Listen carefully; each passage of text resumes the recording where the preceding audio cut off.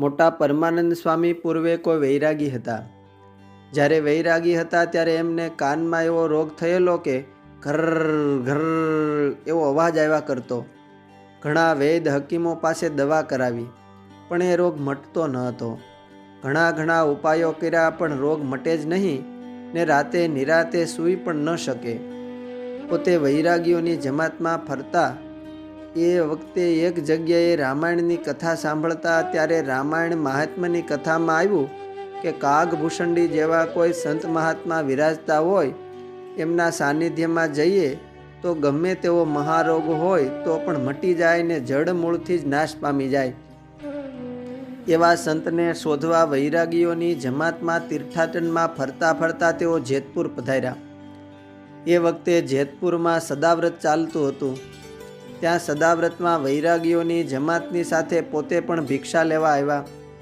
બપોરના સમયે જમાતની સાથે ત્યાં જમ્યા અને ઝાડને છાંયડે આરામ કરવા બેઠા. ત્યારે પોતાને પરમ શાંતિ થઈ ગઈ ને કાનનો દુખાવો બંધ થઈ જતા સુખપૂર્વક નીંદર પણ આવી ગઈ. રોંઢે ઉઠ્યા તો સંતો કથા વાર્તા કરતા હતા. એ કથા સાંભળીને અંતરમાં ટાઢું થઈ ગયું. પોતાને થયું કે આ સંતો કાગભૂષણડી જેવા ખરા. એમ જાણીને પોતે ત્યાં જ રોકાયા. શ્રીહરિના ઐશ્વર્ય અને મહાપ્રતાપની વાતો સંતો પાસેથી સાંભળીને પોતે સદાવ્રતમાં સેવા કરવા લાગી ગયા. થોડે સમયે શ્રીહરિના દર્શન થયા અને પરિપૂર્ણ નિશ્ચય થતાં પોતે એમની પાસે જ સાધુ થયા અને શ્રીહરિએ પરમાનંદ સ્વામી એવું નામ પાડ્યું. એક વખત શ્રીહરિ ગઢપુરમાં વિરાજતા હતા. પરમાનંદ સ્વામી ગામડાઓમાં સત્સંગ વિચરણ કરીને શ્રીહરિના દર્શન કરવા દરબારગઢમાં આવ્યા. સ્વામીને આખાએ શરીરે ખસ થયેલી. શ્રીહરિ આ જોઈ ગયા અને પૂછ્યું કે સ્વામી આ શું થયું છે? ત્યારે સ્વામીએ કહ્યું કે પ્રભુ આ દેહને ખસ થઈ છે. શ્રીહરિ ઊભા થઈને રઘુવીરજી મહારાજના ઉતારે ગયા ને ત્યાં એક શેર ઘીમાં એક શેર ખીચડી તેજાના વગેરે નખાવીને રંધાવીને સ્વામીને જમવા દીધી. સ્વામી તો શ્રીહરિના હાથે પ્રસાદ મેળો જાણીને અતિ મહિમાથી જમી ગયા. ગરમ ખીચડી સાંજે જમીને સૂતા તે અડધી રાત્રિ વીતે સ્વામીને તરસ લાગતા જળ ધરાવવા બ્રહ્મચારી પાસે જળ માગ્યું. ત્યારે બ્રહ્મચારી કહે કે સ્વામી તેજાનાવાળી ખીચડી ખાધા પછી પાણી ન પીવાય. સ્વામી તો પાછા તરસા જ સૂઈ રહ્યા. સવારે વહેલા 4 વાગે શ્રીહરિ જાગ્યા અને અક્ષર ઓરડીની ઓસરીએ દાંતણ કરીને કોગળા કરવા બેઠા.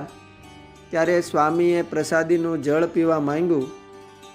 તો શ્રીહરિએ પૂછ્યું કે સ્વામી કેમ આજે બહુ વહેલા તરસ લાગી?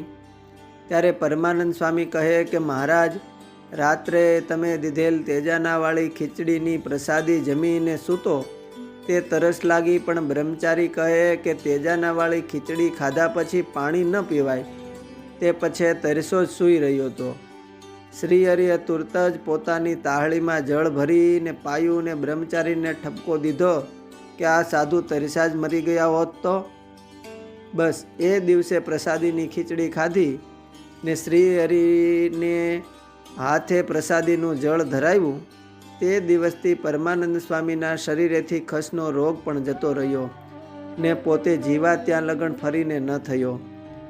ગઢડા પ્રથમના 65મા વચનામૃતમાં શ્રીહરિએ મોટા પરમહંસોને આગળ બોલાવીને માહોમાહી પ્રશ્ન કરો એમ કહ્યું. ત્યારે સ્વયં પ્રકાશાનંદ સ્વામીએ પરમાનંદ સ્વામીને પ્રશ્ન પૂછ્યો કે આકાશની ઉત્પત્તિને લઈ કે પ્રકારે છે? ત્યારે શ્રીહરિએ એમનો ઉત્તર પરિપૂર્ણ સમજાવ્યો હતો. એ વચનામૃતમાં સ્વામીએ પ્રશ્નોત્તર કરેલા છે. આ ઉપરાંત સારંગપુરના 16મા વચનામૃતમાં પરમાનંદ સ્વામીએ પ્રશ્ન પૂછેલા છે. આમ મોટા પરમાનંદ સ્વામીનો વચનામૃતમાં ઘણો ઉલ્લેખ જોવા મળે છે. અસ્તુ. જય સ્વામિનારાયણ. સંત સુમન સ્રજમાંથી.